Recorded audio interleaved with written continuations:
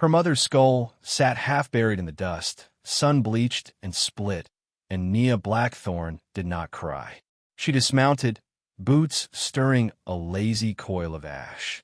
The wind moaned through the canyon, as if morning still haunted the rocks. All around her lay the remains of the ash ridge, burnt shelters, shattered pottery, broken spears. The ground had been sacred once. Now just dirt soaked in ghosts. She knelt and brushed the soil from the bone. The cracks matched the shape of a rifle stock. Her hands didn't tremble. The weeping was done years ago, when the fire first lit the sky and no one in New Canaan looked up. Ghost! Her pale warhorse stamped the earth, restless. She whispered something in Kawa, her mother's tongue, the only prayer she still believed, and rose. The knife at her hip pulsed with memory, carved obsidian, wrapped in red cloth. Her mother's. It had healed once. Now it would cut. She rode slowly out of the valley, dust trailing like a veil. Her braid swung with the gait of the horse, tied tight with a raven feather. Sunlight kissed the ridges ahead, painting the path to New Canaan gold, but she saw it only in gray. New Canaan was the kind of town that built gallows before it built schools. 2 long roads, a crooked church, 3 saloons, and a mine that chewed through the land like a hungry god.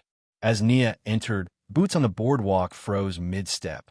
A poker game paused. A mother turned her child away. She dismounted before the sheriff's office and tied Ghost to the rail. Sheriff Eli Granger was already standing on the porch, thumb resting near the iron at his hip, not drawing, just reminding. Nia. His voice was a rusted hinge. She stepped up beside him, scanning the street. Granger. I knew you'd come back. He looked older, leaner. Still had that Union blue coat, faded now to gray. She tilted her head. I told you I would. They stood in silence. A hot breeze kicked dust between them. Granger scratched his beard and cleared his throat. You shouldn't stay. You gonna stop me? He sighed, eyes flicking toward the saloon. There's talk. Old blood waking up. You set foot in that valley, didn't you? They kill my tribe. Her voice was low, steady. I'm not here to forget. He didn't look at her. What's left of the Harrow family runs this town now. Caleb's the one standing in that pulpit, not his father. Got folks believing in order. Prosperity. On bones. He flinched just barely. You can't fix the past. No, she said, but I can remind them of it. Sadie Quinn was at the piano when Nia walked into the saloon. She didn't stop playing, just shifted to a softer key, something mournful. Nia sat in the back, away from the oil lamps and liquor stink. A few patrons left. One stayed and stared, knuckles whitening around a whiskey glass. You look like her, Sadie said during a break. She leaned over the edge of the piano, fingers trailing the keys. Your mother. Fire in the eyes. Storm in the smile. She smiled more than I do. Sadie shrugged. She had a reason once. They didn't speak again. Music was safer. Later, Nia slipped through the alley shadows and watched the town square. There was a gathering at the courthouse, a celebration. Lanterns swayed from the eaves, and wine flowed like spring water. She saw Caleb Harrow at the center, laughing in a suit he hadn't earned. He looked nothing like the man who'd ordered the fires, but rot had a way of hiding under perfume. People raised glasses. Someone cheered the silver strike, the one just discovered beneath the Kawa burial grounds. Nia's stomach coiled. She stepped back into darkness before anyone noticed her. Even from the shadows, the betrayal burned like iron. She didn't sleep.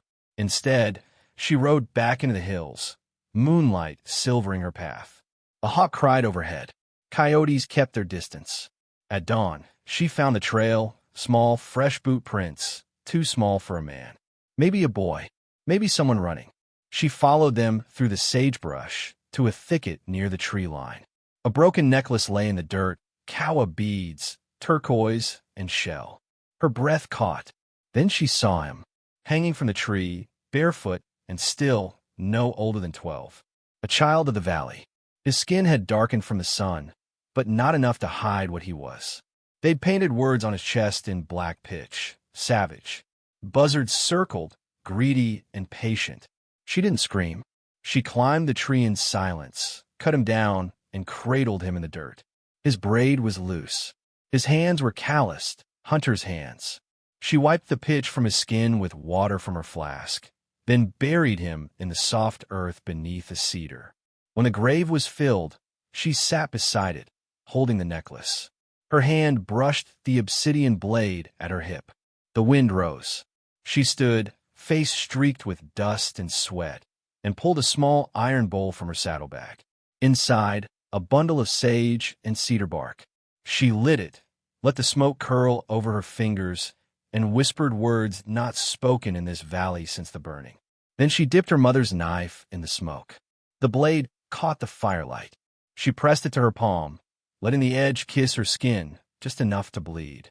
Not enough to suffer, just enough to remember. The fire was waking now, in her bones, in the land. In the long, long silence the town of New Canaan thought would stay buried. She looked toward the sunrise. If justice won't come, she murmured, I'll wear her bones. Ghost neighed behind her, sensing the change. Nia Blackthorn mounted without a word, and rode toward New Canaan like a storm they'd forgotten how to fear. The first man died before he ever saw her face. Nia tracked him across the dry back hills beyond the silver camp. One of Harrow's men, the one who laughed loudest when they toasted their latest claim. She watched him from the high rocks, the way he staggered through the dusk with a flask in one hand and a pistol loose on his hip. She let him piss on the earth her people once danced upon, then waited until the wind covered her steps. The blade whispered across his throat like a lover's breath. He dropped without sound, the dust rising gently around him. She placed a single crow feather in his mouth and vanished. In New Canaan, the wind carried her silence like a rumor. Men drank harder. Women glanced at shadows. The town had grown fat off silver and sin, but now it stirred in its sleep. One dead man might be bad luck. Two was something else. Sheriff Granger didn't ask who had done it. He just found the body, jaw slack, eyes wide, and closed them with trembling fingers. He knew. He'd seen that kind of death once before, on the frontier, years ago, when justice came without stars on the chest. He stared at the crow feather, cursed under his breath, and went back to the bottle he'd tried to forget her name in. That night, Sadie played something low and aching in the saloon. Her music curled around Nia like smoke. They didn't speak. Nia sat with her back to the wall, scanning the room. When Sadie finished, she brought her a tin cup of coffee, sat across from her, and lit a match with her thumbnail. How many more? Sadie asked softly. Nia sipped, then set the cup down. As many as it takes. You're not like them, Sadie said, eyes sharp in the dim. Don't let them turn you that way. Nia didn't answer. She didn't need to. She wasn't becoming them. She was reminding them. By the week's end, another man was gone. Found near the old mine entrance, spine shattered, hands folded over his chest. Another feather. The town buzzed with whispers. Some blamed spirits. Others spoke her name like a warning. Still, no one dared stop the Harrow boys. The silver poured in, and the sermons kept coming. Caleb Harrow stood tall in his white Sunday suit, speaking of righteousness and revival, his voice honeyed and righteous. He told them evil walked among them, that savagery needed a collar, that the past must stay buried if they were to prosper. Nia watched from the back of the church, hood drawn, dust clinging to her boots. His eyes met hers once during the sermon, and for a heartbeat his voice faltered, just a tremor. But she saw it. He knew. Outside, the people murmured about divine justice, about curses, about old blood. No one looked her in the eye, not even the children. The next night, Nia slipped into the Harrow cattle yard, past sleeping guards and the stink of manure. She carved a warning into the barn door in the old tongue, for sharp lines and a circle. The mark of vengeance, the mark of the ash ridge. But when she returned to her camp, a sound stopped her cold. A whimper, soft, near the fire. She crept forward and found a boy, barefoot, no more than 9, holding a half-eaten crust and staring at her with eyes too old for his face. "Who sent you?" she asked. He flinched, clutched the crust tighter. "Nobody, just hungry." She watched him. Thin limbs, bruised cheek. Not Harrow's, not one of the towns. A survivor, maybe like her. "Name?" she asked. "John," he whispered. "John Little." She gave him the rest of her jerky and poured water into a tin. He ate without speaking. When he slept, curled by the fire like a stray dog, Nia stared into the flames and saw the faces of her people in the smoke. She didn't send him away. The killing slowed, not because she softened, because she needed a plan. Caleb was cautious now. His guards doubled. His men walked in pairs. But his father, Josiah Harrow, still lived. The one who signed the orders, paid the killers, claimed the land. He was old, half buried in brandy and velvet chairs. But the rot still oozed from him. She decided it would end with him. It was midnight when she entered the Harrow estate, quiet as a shadow, knife at her hip, rifle slung. She moved past the guards like wind, her breath steady. Inside, velvet drapes muffled sound. A grandfather clock clicked down the seconds like a countdown. She found him in his study, sleeping in his chair, red liquor in his lap. A fire still burned in the hearth. She stood over him for a long time, watching the rise and fall of his chest. The room smelled like old paper and rot. When she touched the hilt of her knife, his eyes opened. "Took you long enough," he rasped. Her hand paused. "You knew I'd come." "Course I did," he coughed. "Your mother had that same look. Thought fire could fix the world." She was right. She burned. Nia drew the blade. Its edge shimmered in the firelight. But before she could strike, a voice cut through the room. "Drop it." Sheriff Granger stepped from the doorway, gun raised. His eyes begged her. "Don't. You said you wanted justice. I said I wanted peace. Same thing, where I'm from." He moved closer. "If you do this, he wins. You become what they made you." Nia's hand trembled. Josiah chuckled, wet and cruel. "Kill me, girl. Makes no difference. The mine runs. The silver flows. We already won." She stepped back, chest high, breath ragged. Her blade hung loose in her hand. Then, quick as lightning, she stepped forward, not to kill, but to mark. She slashed across Josiah's cheek, not deep, just enough to leave a scar. A memory. A warning. Then came a noise like thunder. A gunshot. Nia dove. Granger dropped, blood blooming through his coat. In the doorway stood Caleb Harrow, pistol raised, eyes wide with fury. "You dare," he hissed. Nia dragged Granger behind a desk. He coughed blood, grip tightening on her wrist. "Go," he wheezed. "You have to finish it." Bullets tore into the bookshelves. Glass shattered. Nia fired once, twice, covering their escape. They crashed through a side window, landing hard in the garden below. Granger was bleeding fast. And now, war had a name again. Caleb Harrow wanted blood. He would have it, but not the way he expected. Blood soaked the chapel floor, but the bells rang anyway. The town of New Canaan, bruised and blistered by silence, had woken into mourning. Sheriff Eli Granger was dying. The bullet Caleb fired had torn through ribs and faith alike. Nia and Sadie carried him back through the side alleys before the night could finish what vengeance had started.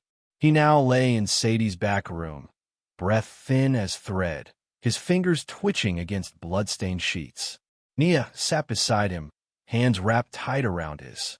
She hadn't wept in years, not when she buried her sister, not when she first rode alone across the sand, not even when she found her mother's broken bones.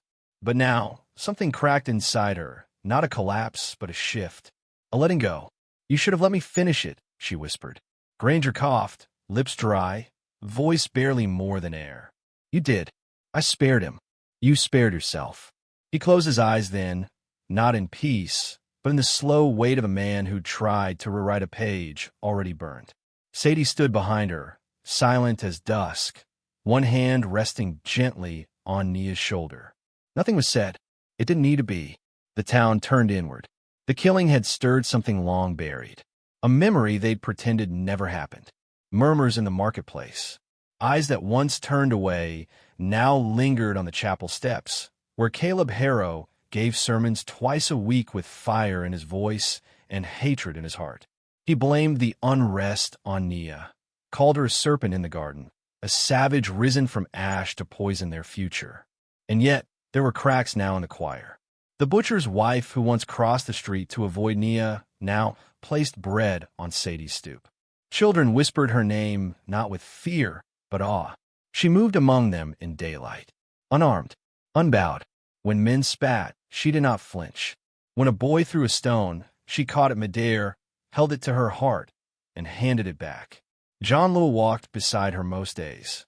She taught him how to track by sky shadow and how to listen for snakes in the brush. He asked once if she was going to kill Caleb. She said no. She was going to show him.